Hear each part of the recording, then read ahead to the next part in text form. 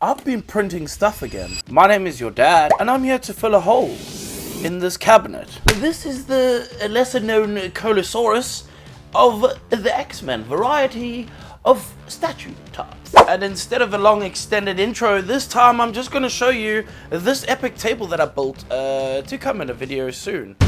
Now every good model has to start with some good preparation as well as a good model. And this model definitely delivers on the good part. I would like to show you some of the details that you can see in the model right now. This is during the sanding process, and the next step that I'm going to do is paint everything in this metallic Rust-Oleum silver color, because the character is silver. And now, actually, it makes sense to paint this character silver first, because the character is silver, and that obviously helps to lay down the first colors without having to do anything in the future. Actually, this also is going to help the fact that we want the rest of his colors to look metallic too. So laying some transparent colors over this is going to be the way to make this model look very nice.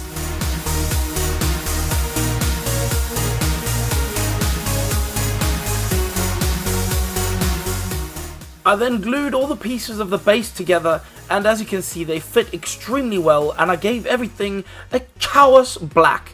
This is Chaos Black. It is from Citadel. I've linked it for UK Amazon. I can't find it anywhere else in the US store. It always says out of stock or unavailable, so I'm sorry, I can't help you. But I used this spray paint black. Any black will do. I'm pretty sure any black will just do as your base color or your primer, which is going to help your next layers stick to the model. I'm then going to give everything a massive dry brush. This is my wife's makeup brush. Don't tell her that I took this. And it is now at my studio, and I'm using it to dry brush the base. I'm going to use the big one this time because these parts are really big, and I actually want this to be quite a soft look. I don't want to really grab too many of the edges just yet. I'm going to come back and get them later. Everything gets a dark silver dry brush at first, and then I'm going to come back with this bright silver. I can't tell you which one. It's from Emma by Meg, and there is no name on the label because it's wiped off over the years of using it. And then I'm going to use that to catch all the highlights and a couple of edges on the top part. The top part of this is going to go purple. It's got to be metallic though, and the best way to make that is by using a metallic paint. I used metallic paint in the same dry brushing fashion over everything. I'm trying to keep some of that black behind because this is going to help me get some depth later on. The middle piece, where the eyes are, has this goldish kind of color. Brass, bronze, copper, it doesn't matter. It's just got to be like a yellowish color. It can't be the same color as everything else. I then could not find for the life of me any other kind of purple ink or anything in my studio, and so I proceeded to start using as many different contrast paints as I could to try and build up a purple color on this metallic freaking forehead. And unfortunately, I eventually found the purple, but before we got to that, I was just mixing every single paint that I could. Pink, red, blue, a little bit of more pink, all the colors that I could possibly think of. As you can see, I used Drakenhof Nightshade and a mix of this Magos purple, and to be totally honest with you, it actually turned out pretty good. It looks great actually, just like this. And then when I was fully done with it and thought that I was actually happy, I dry brushed the edges and then found the purple ink. And that made me very upset, but it is okay because I still used it to help push some of the shadows. I then glued these parts of the head together because the next few steps, I don't need these things to come apart anymore. And if you wanted to, you could probably put magnet holes and put some really big boy magnets in there because these pieces fit together so well, you could definitely have this come apart. The next steps is to take some Nullen oil, which is a Citadel wash. It's basically black wash, thin paint that is going to be sprayed over pretty much all the shadowed areas. And I'm going to use this quite liberally because if it goes into some of the creases, it's okay because it's going to fill those gaps and it make look like there's some depth. And then I'm going to use Agrax Earthshade, and I'm also going to use Resin Flesh Shade. I had to think about that because my brain could not think of the words for the correct words for this, and I'm going to use those two to create some depth on the golden areas. And then on the base there is some sand, and that sand I'm going to paint with sand colors. I'm also going to use some transparent paints from Tamiya. This is a very shiny paint, and I actually wasn't really happy with the effects of this, but this is good for adding some of the object source lighting on the model. I left this to dry, and while it was drying, I then dry brushed some of the cables that are coming out of the base, coming out of the bottom of the robot head. It's time to now paint those kabooms, and for the kabooms, I basically used white ink over the black and reverse zenithal. That is when you zenithal, but the reverse direction. I'm going to use, this is fluorescent paints. These are Vallejo. It's basically toothpaste in a bottle. So you need to mix this with a load of water, and the more water you mix with it, the thinner it gets and the less powerful it is. And so you've got to try and find a happy medium. But I basically sprayed this all over the insides and mostly from the bottom of those explosions. I then used transparent red over the edges, just on the tippy tips of the spikes, to make sure that they had more color. It didn't want to just be orange, because that's not good looking. I then used the same ink and a similar process to paint the eyeballs and the rest of the glowing lights that is coming from the smashed robot head on the floor. I know it's a Sentinel, you don't have to tell me, but you can if you want to.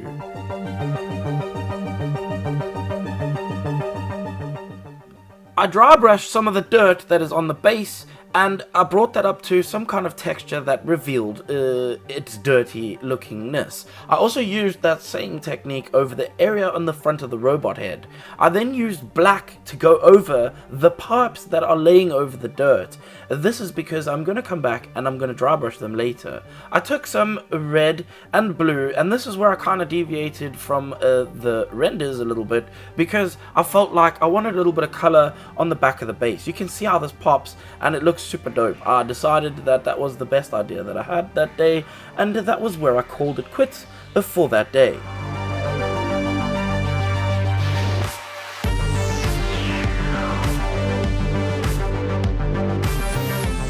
When I came back into the studio the next day, I realized that I wanted to push some more of the OSL, and so I added a bit more white and a little bit more luminescent colors on the inside. I then set to work using my panel line wash from Tamiya, and I put that all over the metallic parts that are going to be staying as metallic. I also painted the wonderful hair sculpt on this glorious Tin Man's head. Then I did my favorite thing, which is masking. That is a lie. I absolutely hate masking, but this is the kind of model that you just can't get away with masking. If you don't mask it, you've got to paint it by hand, and that's going to make a sad time. There is going to be a little bit of a trick that I'm going to use to get the yellow parts though, so if you are interested in how I did that, you might want to stick around to see that a little bit later.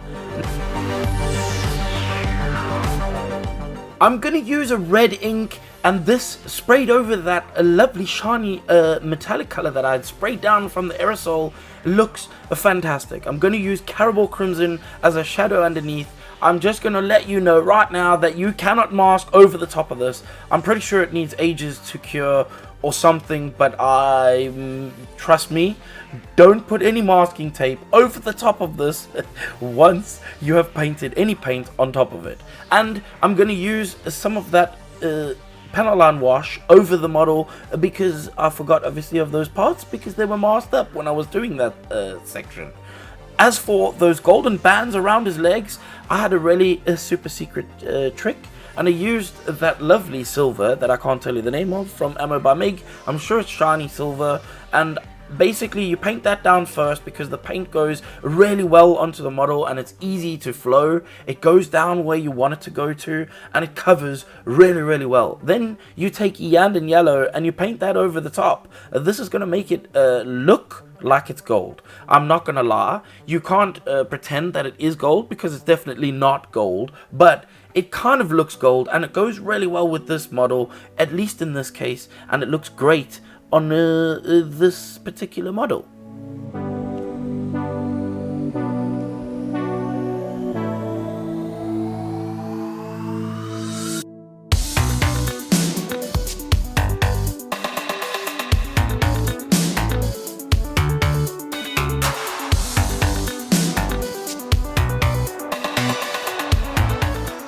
Once I had plucked up the courage to mask off yet another piece of the model, I'm gonna now use this time to quickly explain to you how I did the yellows on the inside. And you can see that what I'm first doing is masking off all the metallic bits that I obviously don't want to get paint on. Once I've done that, I'm gonna spray the reds first. You can also see I masked off the yellow piece in the middle. That is because once I'm done with spraying all the reds over the top and adding a shadow to that, I'm gonna then unmask that middle piece where the yellow is gonna go.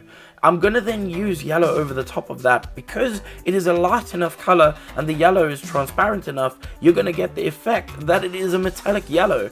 And to create the shadows on this, I'm gonna just take Yandin yellow contrast paint and I'm gonna spray that through my airbrush into all the shadowed areas. It doesn't matter if there's an overflow, doesn't matter if it goes onto the red a little bit, and that is because Yandin yellow is actually orange and the red is kind of almost orange, so it doesn't really matter. You can then unmask everything after that and it looked like you were a professional. Now I can't say that this is gonna last forever, but I do think that if you leave it for a long enough time, it will cure on this model, and over time, it's pretty much never going to go anywhere, as long as you're not going to rub it or play with it.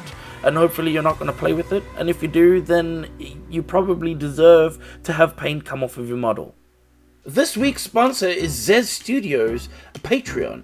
And like many other Patreons, there is a couple of tiers that you can subscribe to. The main one is you get yourself 3 highly detailed sculpts as well as their busts and switch outs every single month. Now, one of the most important things about Zez Studios is the quality that they have in their sculpt. And as you can see, I never used any putty or any kind of filling to make this base go together. Everything just went together extremely easy. Same with Deadpool. There is a video for Deadpool as well if you would like to see that. But their main entire thing is quality. And if you want quality or you like any of these models, this particular model, the Colossus, is available in their welcome pack, which you can find on their Patreon. If you join, you can get Colossus for free. That's enough waffle. I would like to thank Zez Studios for sponsoring the video and making sure that artists like myself can afford to keep the lights on. And if you haven't guessed, this is when I called the model done.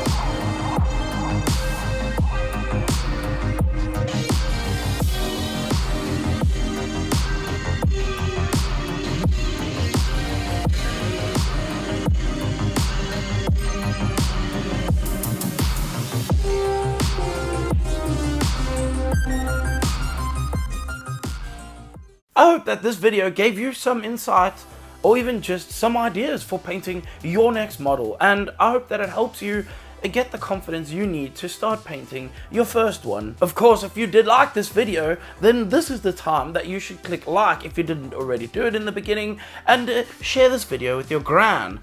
Also, I would like to thank the patrons who help keep the lights on and blinding my eyeballs for every single week. And this week we got a couple new patrons, and I would like to thank them right now. Alan Duncan and the Mind Flare. Thank you, my dudes, for your support and helping me with the blinding my eyeballs with the light of the Patreon. It is also the best part of the video right now. That is when I get to tell you that if you didn't like this video, then I can't help you and you can kindly just off.